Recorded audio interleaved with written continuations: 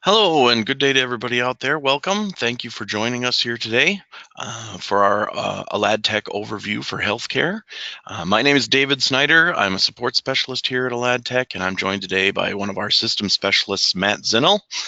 And at first here, we're going to give you kind of a little overview of what we're going to be covering today. It's going to be about 45 minutes, and I'm going to give you a quick overview about Aladtec, and then Matt will take over and walk you through our software in the system and how it will curtail towards your healthcare needs.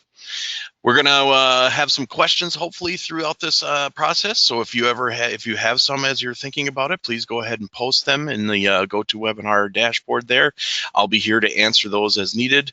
And if I don't answer you right away, it may be that we just save that question for the end so Matt gets a chance to answer that for everybody if they're thinking about it there. So don't be afraid to ask those questions as we go. So at first here, I'm going to talk about who we are. We are Aladtec. We're a cloud-based scheduling and workforce management software platform. Our system is designed to handle the unique staffing habits of hospitals, long-term care facilities, and satellite clinics. We're based right here in River Falls, Wisconsin. We're about 30 minutes east of Minneapolis and St. Paul in the Midwest. There's a nice shot of our building there. And we started back in 2002 as a web-based scheduling system for just a nice local ambulance service. And since then, we've grown to host more than 2,100 organizations with over 135,000 users across the United States and Canada. Our healthcare customers, we range from small rural hospitals who schedule everyone from ER staff to housekeeping to bigger, larger regional providers with hospitals and satellite clinics. So we can cover all of those different needs. We do everything in-house. Here's some of our staff here, from engineering to configuration to sales and support, all done here. And when you call, of course, you get a real person right here in Wisconsin, and we'll talk you through whatever you need with our unlimited support. You can access Aladtec anytime, from anywhere, from any device, from any desktop, tablet, smartphone. It updates instantly, so your users will always have the most current version of the schedules and other content. It's live changes. And there are no extra costs. Everything is provided. We provide all setup, all training, unlimited telephone support, as long as you're our customer. We can fit the system to your own needs. We can create multiple schedules as unique as your staffing needs and departments. And when it comes to shift patterns on rotations, as long as we can, set a pattern of what it is and it repeats, we can help you replicate it here right in the schedule and set up some custom rotation and needs for whatever you have.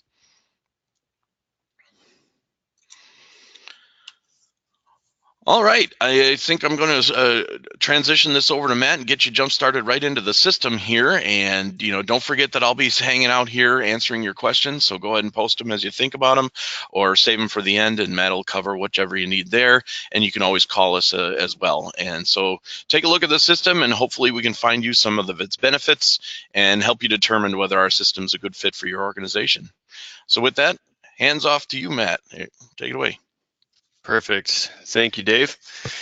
Like Dave mentioned, I am a system specialist here with Aladtec, and a lot of what I do is speak with anybody who's interested in our system, really learn more about how you operate, and then can build a test environment to really give you an idea on how we could really meet your needs. So again, system is very flexible and very customizable, but we are going to be walking through a little bit more of a generic system today that should cater to the majority and give you an idea on really the basic functions and ways that Aladtec can solve any sort of scheduling issues. So with all that said, we'll just dive right in, and again, feel free to add any questions as I'm moving along here. So again, just to reiterate, to access our system, you can just type in aladtec.com / the unique URL that we create for you. So you can put that into any browser on any device that has an internet connection to get to your website. Now, right away when you do log into Aladtec on the desktop version, this is what it's going to look like. This is your home page, and you can really customize this first page if you want to add any sort of content on here, whether or not that's like an image, or we can add links that go to other sites, embed videos for training purposes, lots of different things that we can do and add to your home screen here. And then off to the right on your homepage is going to be your dashboard. And the dashboard is going to be unique to each person really based on what your access is. That's something I'll be covering, is we can really create all the different levels of access to your top level admins, to your standard users, and then anything in between. But what the dashboard is going to show you for those who have scheduling rights are going to say any sort of pending requests that are awaiting approval, so any sort of trades, say if you have a couple sign-up requests that are out there, vacation, again, just to give you kind of an idea on what's currently out there. It'll also show you any sort of upcoming shifts. We do have an information expiration report right under that can give you a nice idea of any sort of expiring licenses or certifications. I'll be elaborating more on that shortly, and then any sort of events, trades, or discussions right under there. So again, just a little snapshot of what's going on in your system right now, but really the next screen I wanted to take you through in a little bit more detail is going to be the member database. Lots of good information in here that really does relate to the schedule and has it all kind of tie in together. So again, as someone who is an admin within the system, this is where you can view all the different member information for each person. And there's a lot of different filters located in the top right corner here, so you can really pick and choose what you're looking at or who you're actually looking at. So if I switch this over to all my different items, you'll see some basic information like their contact information, employee type, even just very general titles, things like that, all the way to the different certifications too. So if you wanted to track like a CPR certification or any sort of, an RN license, things like that, we can definitely get those added in and monitor those within the system. Now, from a user's perspective, they don't get to see this page. They really only get to see the information that relates to them. So if we go under Nicholas here and hit Edit Member, that's going to take us right into his profile page. So we're going to look through a couple of these items here quick. But just kind of starting from the top, you have some of your basic information of, login password, date hired, different items like that. This is also where we define and apply an access level along with a work group to each person. So that's really just going to indicate how the system works for them and what they're able to do. Now, more importantly under that is going to be the messaging information. So this is definitely where we encourage each person to add their mobile phone number, their email address, and then their phone provider if they do want to receive the text messages from the system, as there is a number of different notifications the Aladtec system can send you. And the first ones we're going to look at right now are these items under the My Request section. So these are really more of the automated notifications. So this is where each person can pick and choose text and or email in any of these scenarios. And what that'll do is whenever any of your requests are actually approved or denied, it will automatically send a message to you letting you know the status of that. And then we also do have the My Alerts section, so that's going to be for any sort of fine coverage alerts to let you know if a shift is open. We do have a form notification feature here, which we can look at that in a little bit. That's going to be right under the Forms tool. But another really important one is going to be the upcoming shift reminder. So especially for anyone who's not working a fixed schedule, if it's a little more random and when you're working, the shift reminder will go out 24 hours before each of your shift times. And that'll just remind you of when and where you're actually working that next day. That's a handy tool there. But continuing down are the different work qualifications. This is really where we, again, will learn about exactly what you're trying to structure into Aladtec, create all the different unique schedules that you have and the positions that are within them. So once we have all of those created, then based on what you choose here for each person, really regulates how our schedule functions of, what shifts can I pick up, which ones can I even see, which ones can I interact with, all the different scheduling functions are connected right through there. And then every other field here in this bottom section is really yours to create and change. This is just an example of some of the fields that we see commonly. So you can really add or remove any of these, like I said, and that's all done right under your Members tab. We go to the database configurator page here quick. And it's really just as easy as dragging and dropping. So I guarantee anybody who's looking at this, you can try it out yourself. You'll figure it out really quick. So any sort of date fields or drop-down menus, checkboxes, you can add those right into this section. Click right onto the text there to relabel that. And then the section that has a little more functionality built into it is going to be, again, the certifications portion. So if you did have something that actually does expire, you want to make sure you're using this expiration field along with the attachment option. So if you did want to actually scan in and upload an actual image or PDF of that, then you can bring in that attachment field, and then that will be connected to that person's profile.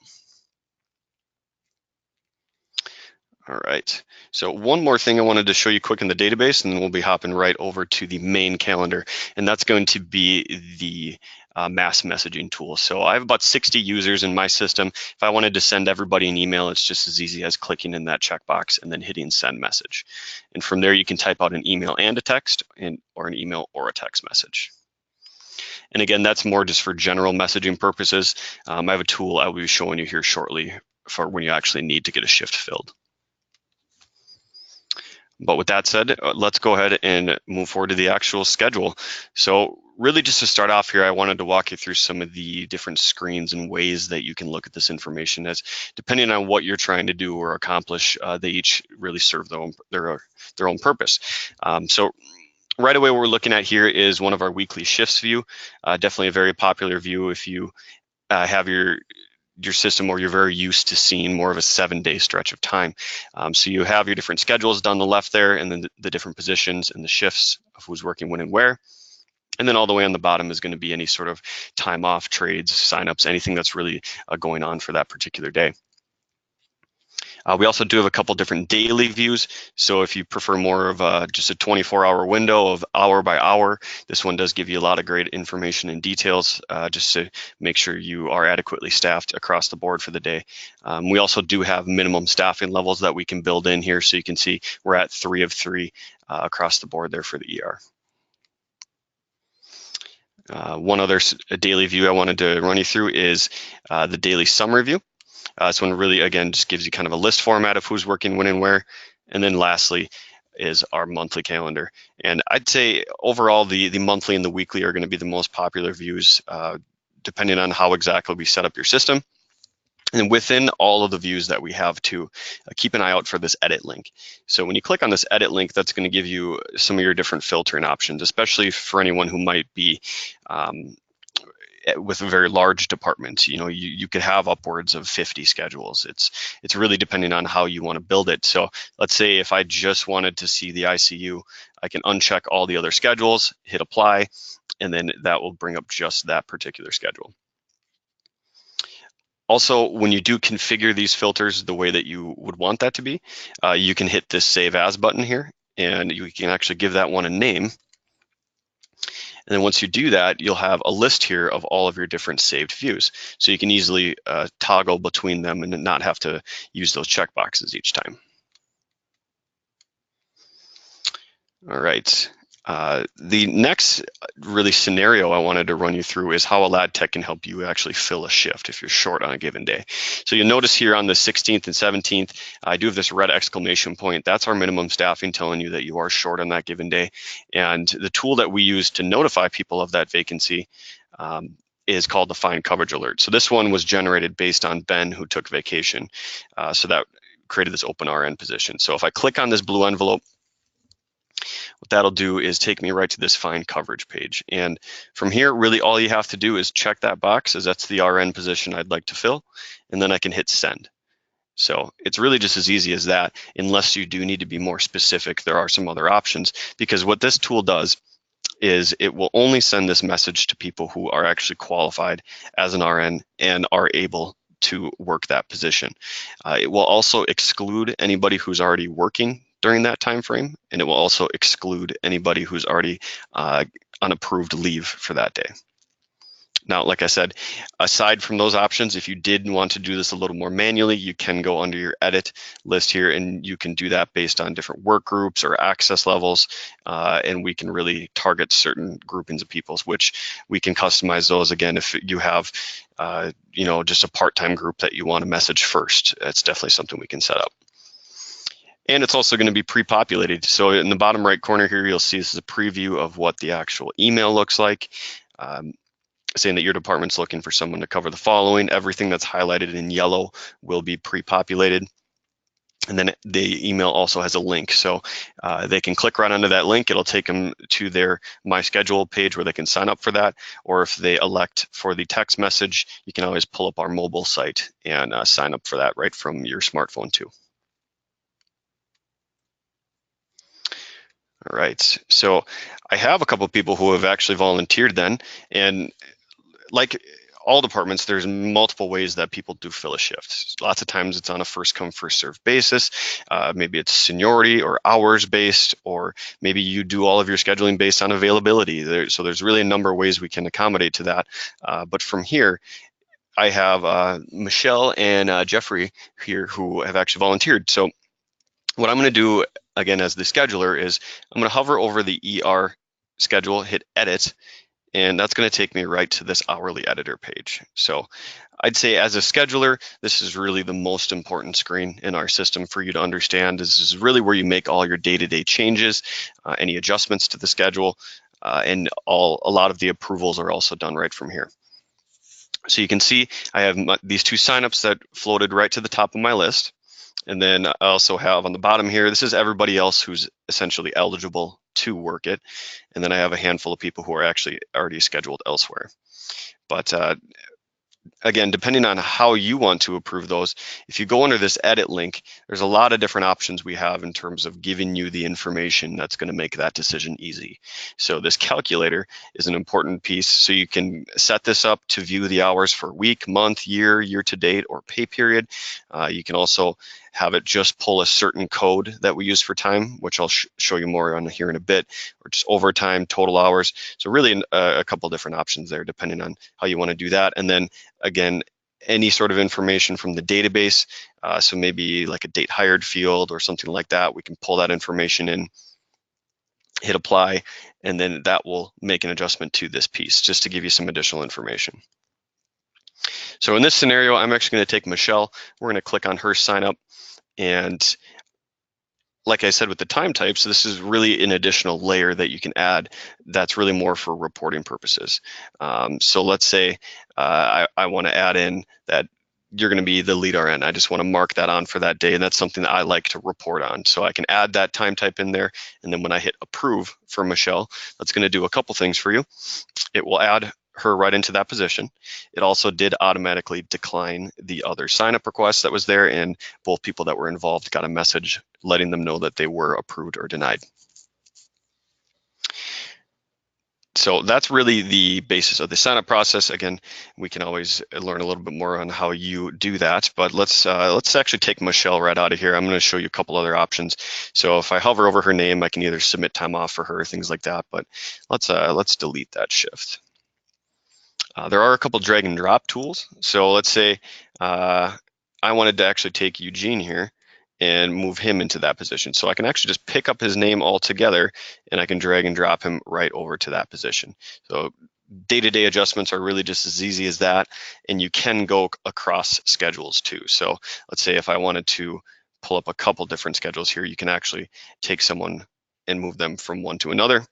You'll also notice that when I grab Harry here, since he's not qualified to be an RN just yet, when I pick him up, it actually will not let me drop him in there. So all those permissions are factoring in when you make those changes.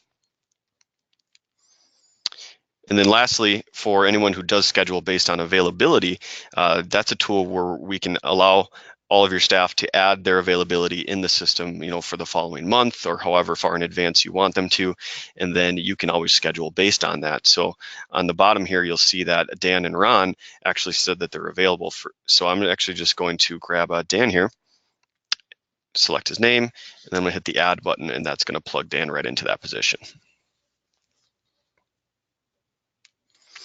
So those are really some of the basic changes of making adjustments to your schedule, but I wanted to take a quick moment here and move away from a lot of the admin functions and show you a little bit more what it looks like from the user's perspective. Now, we do give them access to see the main schedule and when everybody works, but what we can also do is under the Schedules tab, go to the My Schedule page, and this is really the main screen that a user needs to know, as they can just see their own personal schedule when they have to work, and this is also where they can add in any of their requests.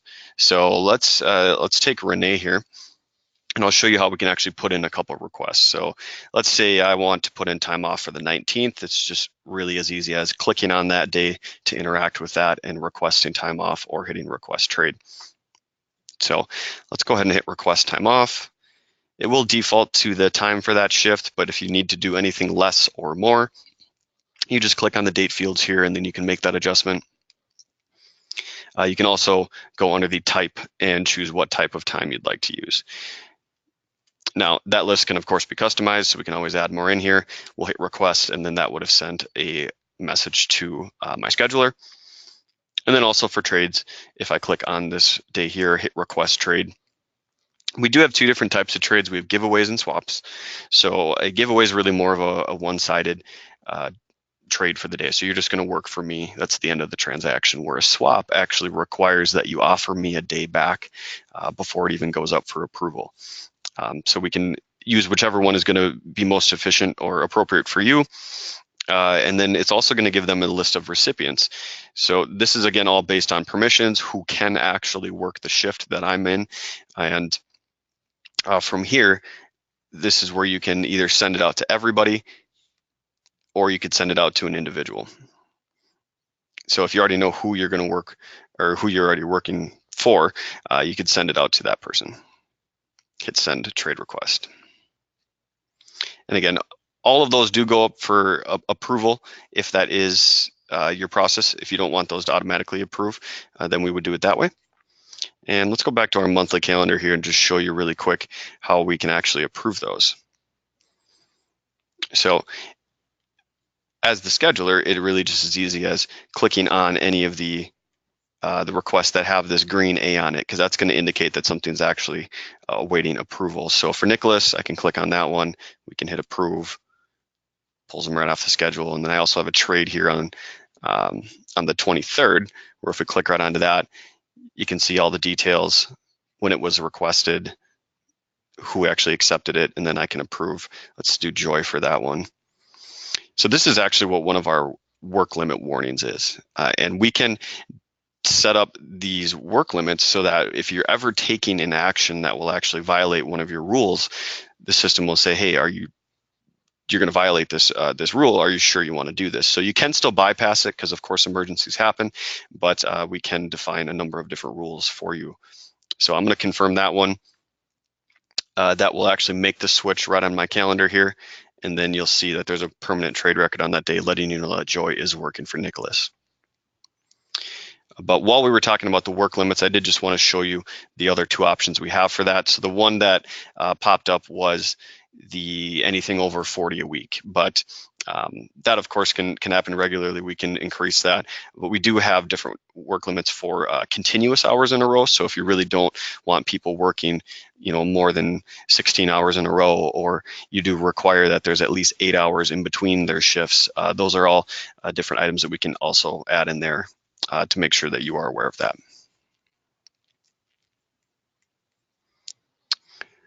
All right.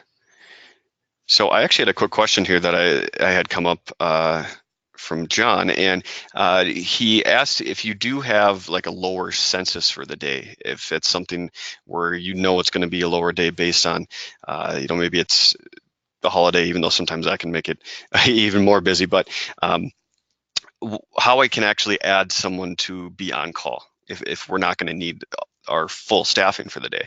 So one of the ways we can do that is using those time types. So let's say Marion here, we actually are going to allow Marion to be on call for the portion of this shift. So what we can actually do is hit change time type for her shift. And these, again, are just some of the basic codes, like if there's a differential or something like that. But I'm actually going to flip that over to on call. So that way, when she looks at the schedule or can pull it up right on her phone, I can see that I'm actually going to be on call for that shift. And that, again, is something that you can use for reporting purposes. All right. Perfect. So I know we were talking about the user side of things a little bit. I also wanted to briefly touch on the mobile site and just give you kind of an idea on what that's going to look like.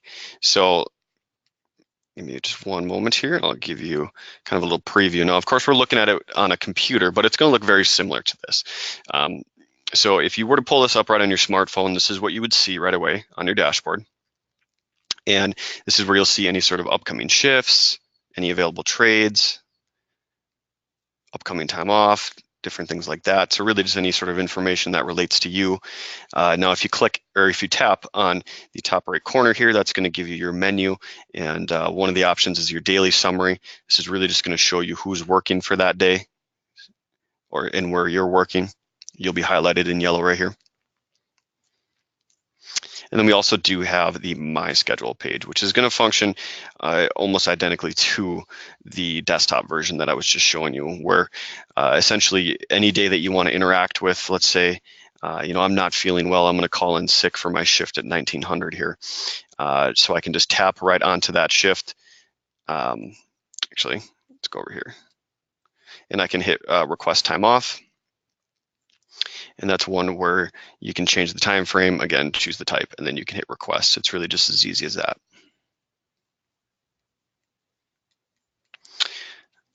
All right, so let's go back to the full site here quick.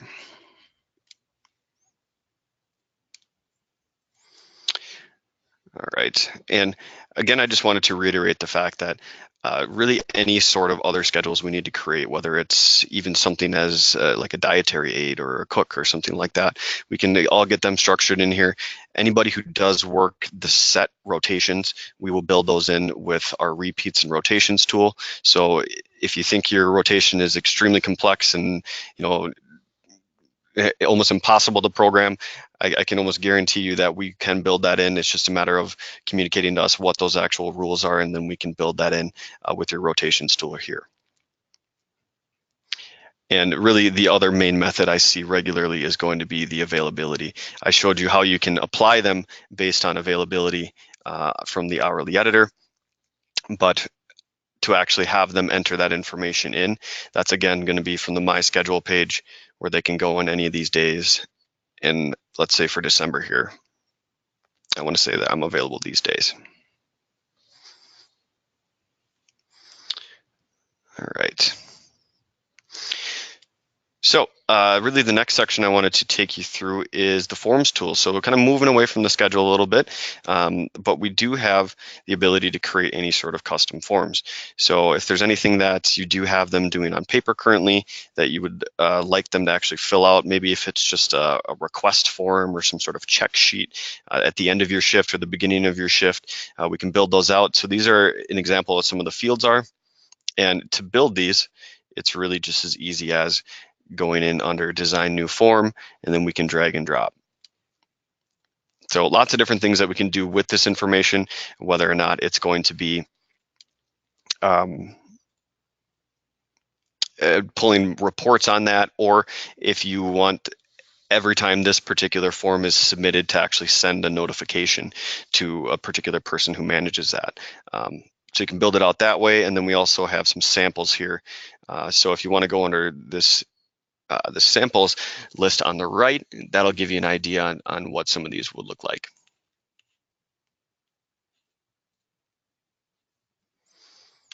We do also have a timesheet. So if that's something that you wanted to pull in, and this will actually automatically pull hours into these banks or into this section of what they've actually worked within that particular pay period. And then you can allow people to actually sign off on that and have that more of a digital copy. Because like I said, you can pull any sort of reports on this information, and all of the reports that we have do get exported in Excel. You can also print it, save it as a PDF. Here's an example of what one of our scheduled time reports would look like. So if we go under the scheduled time report quick, it's really just going to give you a breakdown per shift per person. So this can be filtered down using your edit link here to really pick and choose what fields you want plugged in there. You can do just certain schedules, certain time codes, things like that. You can change your time frame right under these calendar tabs.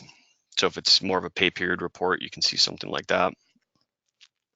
And then, like I said, you can export all this into Excel. Another option is going to be our summary report. This will give you more of a total number of hours that each person's working within a range rather than a breakdown per shift.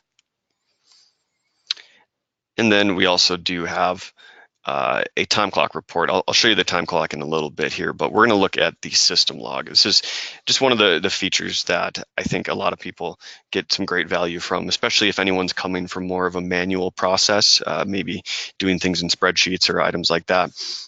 But what the system log is going to do for you is it's really going to give you a date and timestamp of every single action that's ever taken within the system. It's also going to tell you who took that action, what did they do, who it affected, and then any other additional details are going to be listed off to the right here. So you'll know that you can always look back at any of that information. It even will tell you exactly when people log in. So in terms of accountability, there's also another tool I wanted to show you, and this one's called a required message. So the required messages, what you can do is you can create a new message, and we're going to say there's like a new policy or a new piece of training material, just as an example. A lot of people use this in a number of different ways. I can almost guarantee you can think of one that you could use it for. So I'm going to say, please refer to the storage area for, and then you can type whatever you'd like in there. So you can create that message.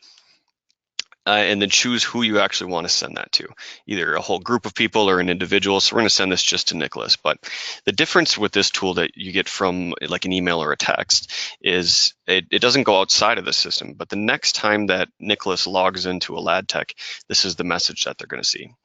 And the main benefit of the required message is I can click on whatever I'd like here, and there's absolutely no way I can bypass this.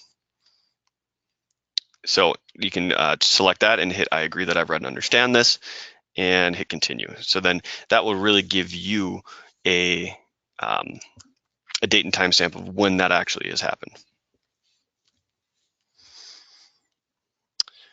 All right, and what I was referring to in that message was the storage area. So this is a section in Aladtec where you have up to 200 gigs of storage space. You can create any sort of folders for organization purposes, and you can actually upload your documents in here. So that'll give people access to this material on, of course, the cloud-based platform, so they can really pull it up and access it from anywhere. And then just continuing down the navigation here, a couple other options. We do have a discussions tool. So if you did want to start a discussion, it's very similar to like a web forum where you can create this topic, and then when you click on it, it'll actually have that documented thread so that people can make comments on it. You can actually have all that information in here and get people's input on different things.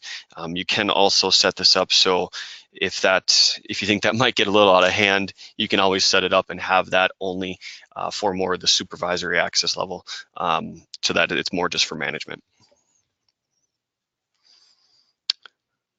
All right, and then lastly on our navigation is going to be our help section. This is where you can find a lot of our different training videos.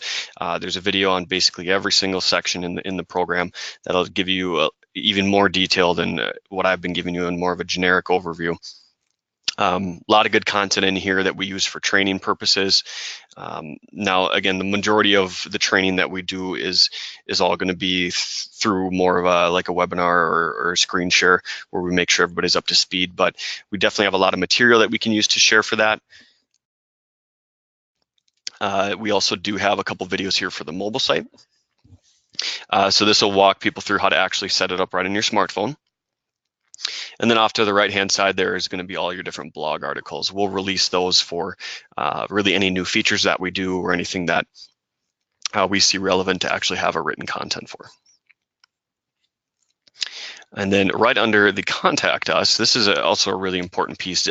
Dave had mentioned this in the beginning of the webinar today, but I can't stress enough how important it is that you can also have unlimited access to our support team. So you can call them anytime, Monday through Friday, 8 to 6 Central Time. We that's when we're primarily staffed.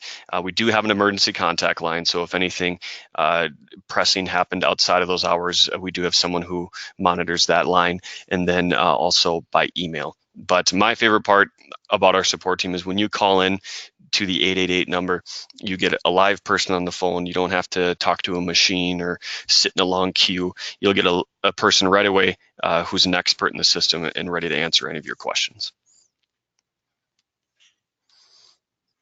All right, so that's really the end of the demonstration portion of the Aladtec system.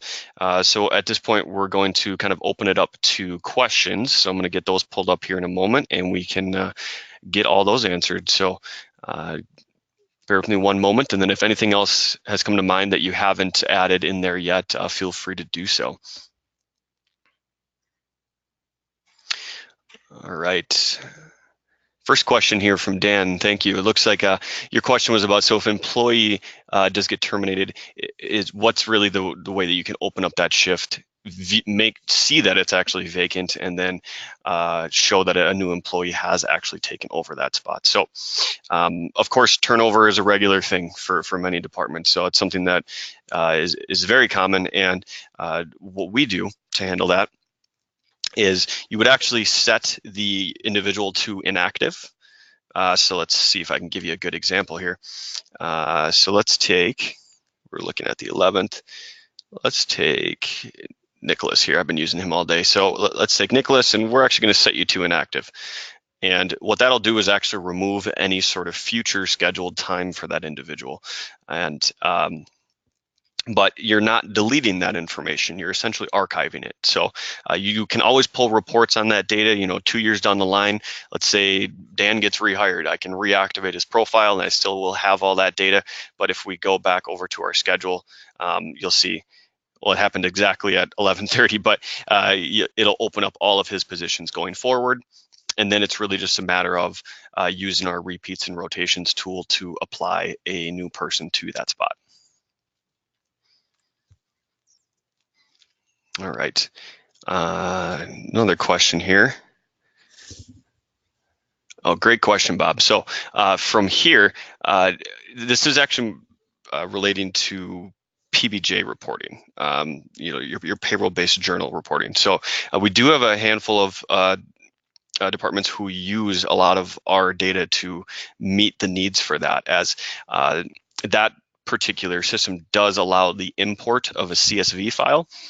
And really the only thing you need to add to our system to meet that requirement is some of the different like employee numbers and things like that into our actual database. So once they're in our database, then if you pull like a scheduled time report that's going to have your dates, your start times, your stop times, different schedule, really everything you need for that report, we can pull right into here. And then again, like I mentioned before, you can export this data right into that CSV format, which will allow you to transfer that information over and hopefully cut out a lot of that those manual steps for you.